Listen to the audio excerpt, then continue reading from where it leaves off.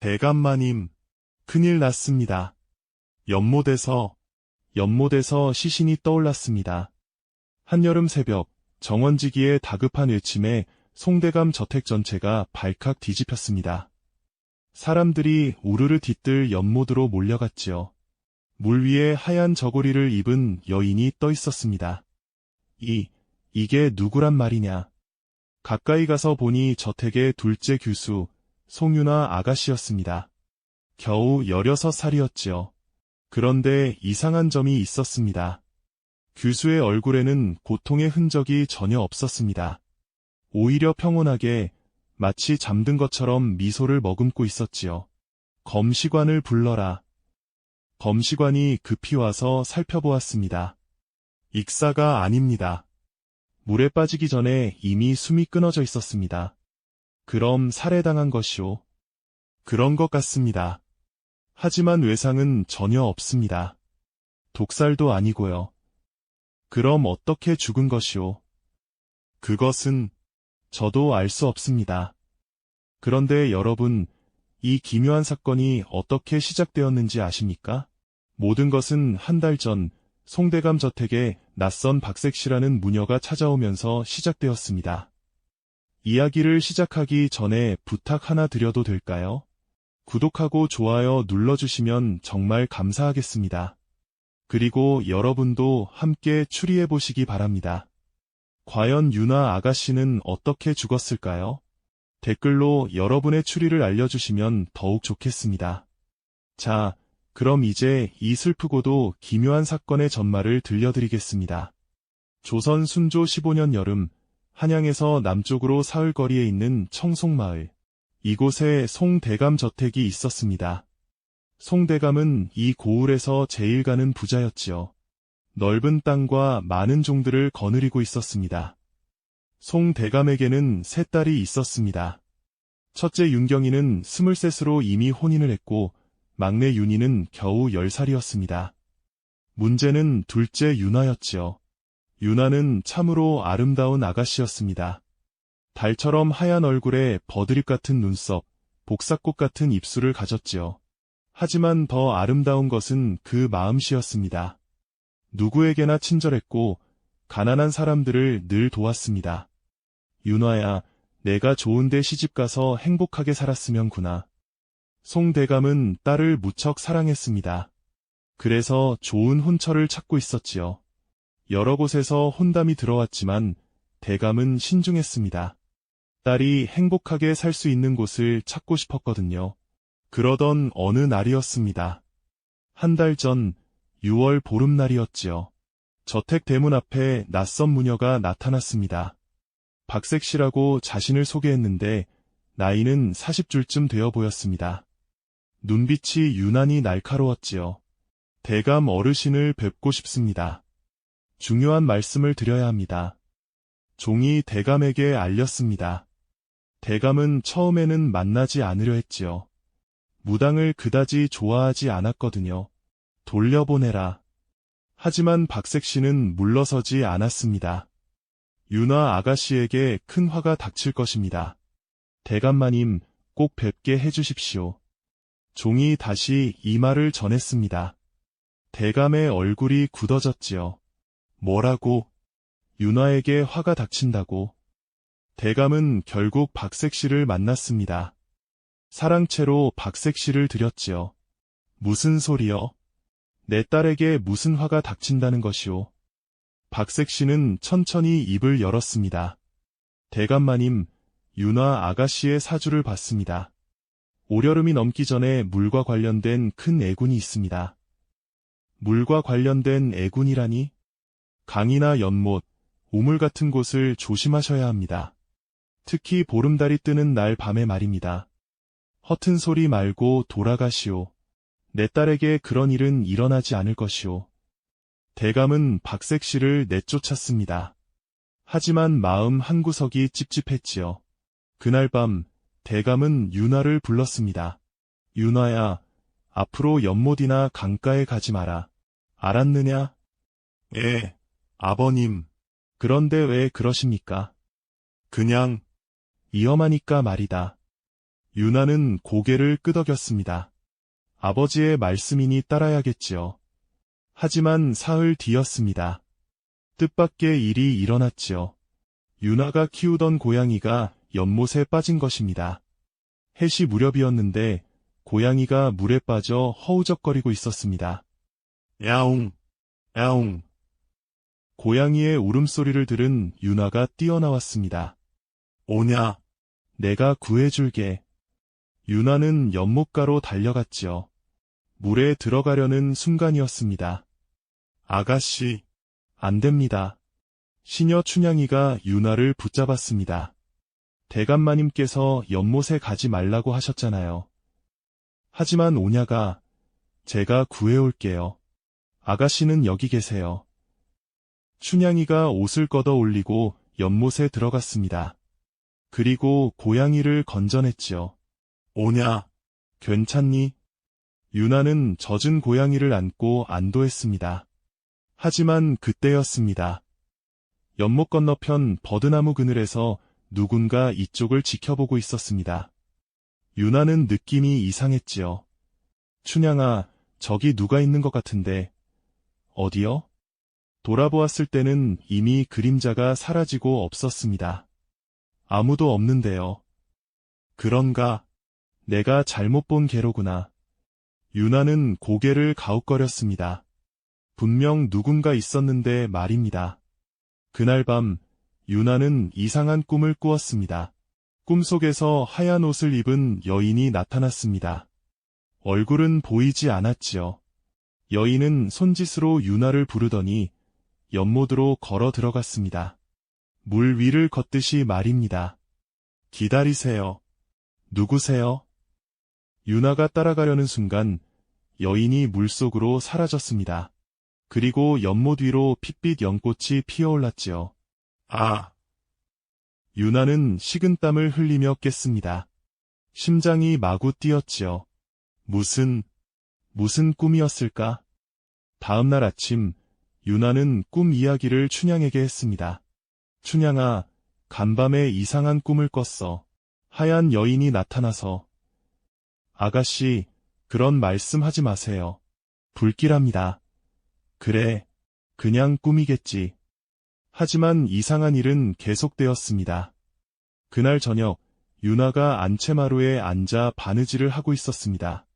해가 지고 어둑어둑해지던 시각이었지요. 갑자기 뒤뜰에서 노랫소리가 들려왔습니다. 여자의 목소리였는데 구슬프고도 아름다웠지요.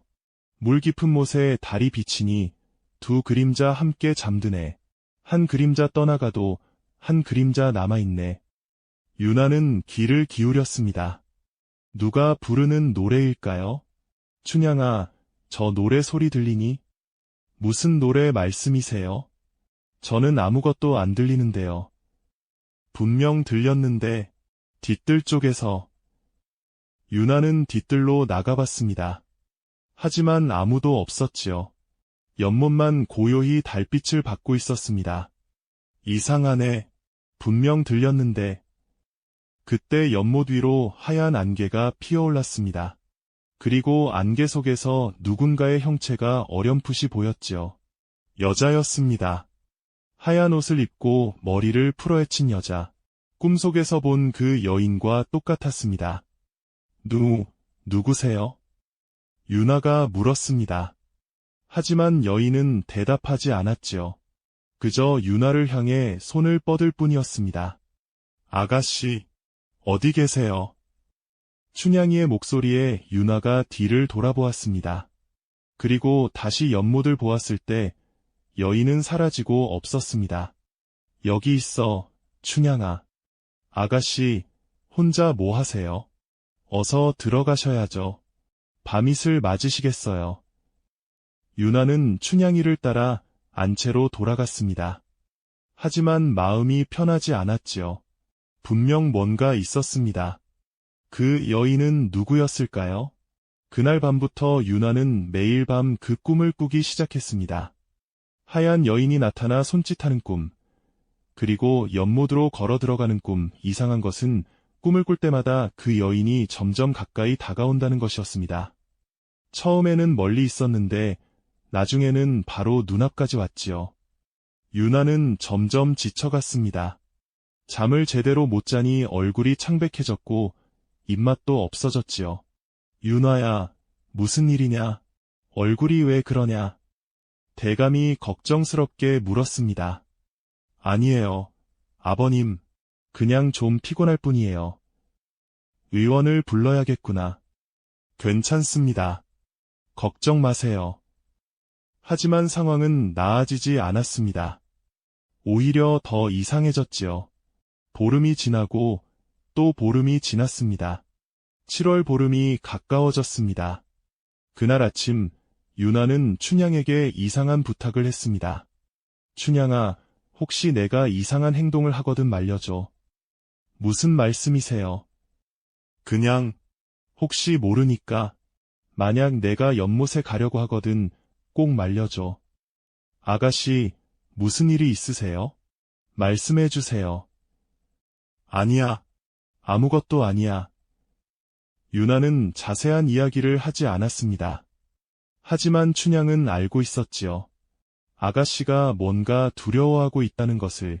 7월 보름날이 밝았습니다. 그날은 유난히 더웠습니다.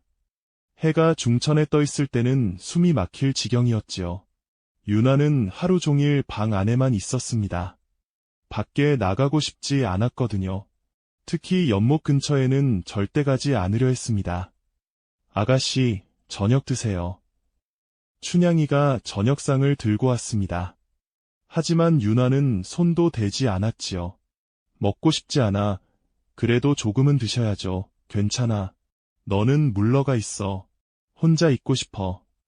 춘향은 할 수 없이 물러났습니다. 하지만 마음이 놓이지 않아서 방문 밖에서 지키고 있었지요. 밤이 깊어갔습니다. 보름달이 환하게 떠올랐습니다. 유나는 잠들려고 애썼습니다. 하지만 잠이 오지 않았지요. 마음이 술렁술렁했습니다. 그때였습니다. 다시 그 노랫소리가 들려왔습니다. 물 깊은 못에 달이 비치니 두 그림자 함께 잠드네. 유나는 귀를 막았습니다. 듣지 않으려 했지요. 하지만 노랫소리는 더욱 또렷해졌습니다. 한 그림자 떠나가도 한 그림자 남아있네. 유나는 일어났습니다. 마치 꿈을 꾸는 것처럼 몸이 저절로 움직였지요. 방문을 열고 밖으로 나왔습니다. 아가씨, 어디 가세요? 춘향이가 깜짝 놀라 물었습니다. 하지만 유나는 대답하지 않았지요. 그저 뒷뜰을 향해 걸어갈 뿐이었습니다. 아가씨, 안 됩니다. 춘향이가 유나를 붙잡으려 했습니다. 하지만 이상한 일이 일어났지요. 손이 유나에게 닿는 순간 마치 보이지 않는 벽에 막힌 것처럼 더 이상 가까이 갈 수 없었습니다. 아가씨. 유나는 뒷뜰 연못으로 걸어갔습니다. 보름달이 연못에 비쳐 은빛으로 빛나고 있었지요. 연못가에 하얀 여인이 서 있었습니다. 드디어 얼굴이 보였는데 놀랍게도 유나와 똑같이 생긴 얼굴이었습니다. 너는 누구니? 유나가 물었습니다. 여인이 입을 열었지요. 나는 내가 될 수도 있었던 사람이야. 무슨 뜻이니? 너는 지금 행복하지? 부모님의 사랑을 받고 좋은 집안에 태어나 풍족하게 살고 있지. 하지만 나는 그렇지 못했어. 여인의 목소리는 슬펐지만 원망스러웠습니다. 20년 전 이 집에 나처럼 생긴 아기가 태어났어. 그게 바로 나였지. 하지만 내 어머니는 천한 종이었어. 대감마님의 아이를 낳았지만 정식 부인이 아니었기에 나는 인정받지 못했지. 유나는 숨이 멎는 듯했습니다. 그래서 어떻게 되었니? 어머니는 나를 안고 이 연못에 몸을 던졌어. 나를 기생으로 팔려는 계획을 알게 되었거든. 차라리 죽는 게 낫다고 생각하신 거야. 그 후로 나는 이 연못에 갇혀 있었어. 20년 동안 나는 내가 행복하게 자라는 걸 지켜봤어. 내가 누렸어야 할 삶을 내가 누리는 걸 말이야. 여인의 눈에서 눈물이 흘러내렸습니다. 아니, 눈물이 아니었습니다. 핏물이었지요. 그래서 나를 데려가려는 거니? 내가 여기 와야 해. 내가 나를 대신해야 해. 여인이 손을 내밀었습니다. 유나는 뒤로 물러서려 했지만 몸이 움직이지 않았지요. 사람 살려. 누구 없소. 춘향이가 소리쳤습니다. 사람들이 우르르 몰려왔지요. 송대감도 급히 달려왔습니다. 윤화아. 하지만 이미 늦었습니다. 윤화의 발이 연못물에 닿았고 몸이 빠르게 물속으로 빨려 들어가기 시작했습니다. 안 돼. 대감이 뛰어들려는 순간 갑자기 어디선가 목탁 소리가 울려 퍼졌습니다. 나무 아미타불 관세음보살. 박색시였습니다. 한 달 전 찾아왔던 그 무녀가 다시 나타난 것이지요. 박색시는 부적을 꺼내 연못에 던졌습니다. 순간 하얀 섬광이 번쩍이더니 여인이 비명을 지르며 사라졌습니다. 윤화가 정신을 잃고 쓰러졌지요. 대감이 급히 달려가 딸을 안았습니다. 윤화아, 정신 차려라. 윤화는 천천히 눈을 떴습니다. 아버님, 괜찮으냐? 다치지 않았느냐? 네, 괜찮아요. 대감은 안도의 한숨을 쉬었습니다. 그리고 박색시를 돌아보았지요. 고맙소. 당신이 아니었다면. 아닙니다. 제가 일찍 손을 쓰지 못해 죄송합니다. 무슨 일이었소? 그 여인은 누구였소? 박색시는 한숨을 쉬었습니다. 20년 전 이 저택에서 비극이 있었습니다. 한종과 그녀의 아기가 연못에 빠져 죽었지요. 대감의 얼굴이 굳어졌습니다. 그 일을 어떻게... 저는 그 종의 친언니였습니다. 동생이 죽고 나서 저는 무속에 입문했지요. 동생의 한을 풀어주고 싶었습니다. 하지만 한이 너무 깊었습니다. 동생은 원기가 되어 연못에 갇혀버렸지요. 그리고 그 한은 윤화 아가씨를 향했습니다. 윤화 아가씨는 동생의 아이가 살았다면 누렸을 삶을 살고 있었으니까요. 같은 아버지의 피를 받았지만 한 명은 행복하고 한 명은 비참했습니다. 그 차이가 동생을 괴롭혔던 겁니다. 대감은 고개를 숙였습니다. 자신의 죄였지요. 내가 그 아이를 지켜주었어야 했는데 이미 지나간 일입니다. 하지만 대감마님께서 할 수 있는 일이 있습니다. 무엇이요? 저 연못을 메우고 그 자리에 작은 사당을 지어주십시오. 그리고 매년 제사를 지내주십시오. 그러면 동생의 한이 풀릴 것입니다. 대감은 고개를 끄덕였습니다. 그렇게 하겠소. 마땅히 그래야지요. 다음 날부터 공사가 시작되었습니다. 연못을 메우고 그 자리에 작은 사당을 지었지요. 사당 안에는 미패를 모시고 해마다 제사를 올렸습니다. 신기하게도 그날 이후로 이상한 일은 더 이상 일어나지 않았습니다. 윤화도 건강을 되찾았지요. 한 달쯤 지나자 예전처럼 밝아졌습니다. 그런데 여기서 이상한 점이 하나 더 있었습니다. 사실 그날 밤 연못에서 발견된 것은 윤화가 아니었습니다. 춘향이었지요. 무슨 말이냐고요. 다시 그날 밤으로 돌아가 보겠습니다. 박색시가 부적을 던지고 여인이 사라졌을 때 사람들은 윤화가 구출되었다고 생각했습니다. 하지만 진실은 달랐지요. 그날 밤 실제로 일어난 일은 이러했습니다. 윤화가 연못으로 걸어갈 때 춘향이가 뒤를 쫓았습니다. 그리고 아가씨 대신 자신이 연못에 뛰어들었던 것입니다. 아가씨는 안 돼요. 제가 갈게요. 춘향이는 어렸을 때부터 윤화를 따랐습니다. 윤화는 다른 양반집 규수들과 달리 종들을 함부로 대하지 않았지요. 춘향을 동생처럼 아꼈습니다. 그래서 춘향이는 윤화를 위해서라면 무엇이든 할 수 있었습니다. 심지어 목숨까지도 말입니다. 춘향이가 물에 빠지자 하얀 여인이 잠시 멈칫했습니다. 너는... 아가씨는 안 돼요. 아가씨는 행복하게 사셔야 해요. 하지만 언니도 한때는 누군가를 사랑했잖아요. 자식을 사랑했잖아요. 그 마음을 기억해주세요. 여인의 눈에서 핏물이 멈췄습니다. 그리고 맑은 눈물이 흘러내렸지요. 맞아. 나도 사랑했었지. 바로 그때 박색 씨의 부적이 날아왔고 여인은 사라졌습니다. 하지만 사라지기 전 여인은 춘향의 몸을 물 밖으로 밀어냈지요. 고맙다. 그리고 미안하다. 춘향이는 물 밖으로 나왔습니다. 하지만 이미 숨이 끊어진 뒤였지요. 사람들이 발견했을 때 춘향이는 윤화의 옷을 입고 있었습니다. 두 사람은 체구가 비슷했거든요. 어둠 속에서는 구별하기 어려웠지요. 대감은 나중에야 진실을 알았습니다. 춘향이가 윤화를 대신해 죽었다는 것을 말입니다. 춘향이가 우리 윤화를 살리려고. 대감은 춘향이를 양반의 예로 장사 지냈습니다. 그리고 사당에 춘향이의 위패도 함께 모셨지요. 윤화는 그날 이후로 매일 사당에 가서 절을 했습니다. 언니, 그리고 춘향아, 고마워. 정말 고마워. 해가 지나고 윤화는 좋은 곳으로 시집을 갔습니다. 남편은 착한 선비였고 윤화를 아꼈지요. 윤화는 행복하게 살았습니다. 하지만 평생 잊지 않았습니다.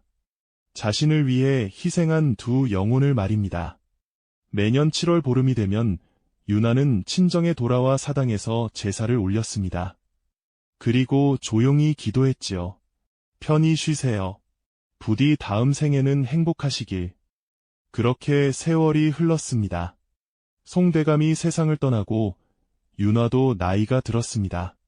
하지만 사당은 계속 유지되었지요.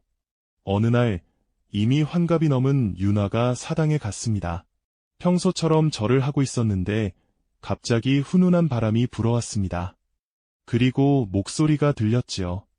두 개의 목소리였습니다. 고맙습니다. 이제 우리는 편히 쉴 수 있게 되었어요. 윤화 아가씨, 행복하세요. 윤화는 눈물을 흘렸습니다. 그리고 미소를 지었지요. 그래, 편히 쉬어. 다음 생에 다시 만나자. 바람이 잦아들었습니다. 그리고 두 영혼은 마침내 자유로워졌습니다. 이야기는 그렇게 끝이 났습니다. 하지만 여러분, 이야기가 우리에게 전하는 메시지가 무엇일까요? 그것은 바로 사랑과 희생, 그리고 용서입니다. 하얀 여인은 한을 품었지만 결국 춘향의 사랑을 보고 마음을 바꿨습니다. 춘향이는 아가씨를 위해 목숨을 바쳤지요. 그리고 윤화는 평생 그 은혜를 잊지 않았습니다. 우리도 마찬가지입니다. 누군가를 원망하기보다는 이해하려 노력하고 누군가를 위해 희생할 수 있는 마음을 가져야 합니다. 그리고 받은 은혜를 절대 잊지 말아야 하지요. 송대감 저택의 사당은 200년이 지난 지금도 그 자리에 남아있다고 합니다. 매년 7월 보름이면 동네 사람들이 찾아와 제사를 올린다고 하지요. 그리고 그곳에서는 이상한 일이 자주 일어난다고 합니다. 보름달이 뜬 밤이면 사당 근처에서 아름다운 노랫소리가 들린다고 하지요. 물 깊은 못에 달이 비치니 두 그림자 함께 잠드네. 한 그림자 떠나가도 한 그림자 남아있네. 하지만 그 노래는 더 이상 슬프지 않습니다. 오히려 평온하고 따뜻하지요. 마치 두 영혼이 이제는 행복하다고 말하는 것처럼 말입니다. 그리고 가끔, 정말 가끔씩 사당 앞에 하얀 동백꽃이 놓여 있다고 합니다. 누가 놓았는지는 아무도 모릅니다. 하지만 마을 사람들은 이렇게 말하지요. 윤화 아가씨의 후손들이 아직도 그 은혜를 잊지 않고 있구나. 여러분, 이것이 바로 송대감 저택에서 일어난 연못의 미스터리였습니다. 하늘 품은 영혼, 희생하는 충성, 그리고 평생 이어진 감사. 이 모든 것이 얽혀 만들어진 슬프고도 아름다운 이야기였지요. 구독과 좋아요로 응원해주신 여러분께 감사드립니다. 다음에 또 다른 이야기로 찾아뵙겠습니다. 안녕히 계세요.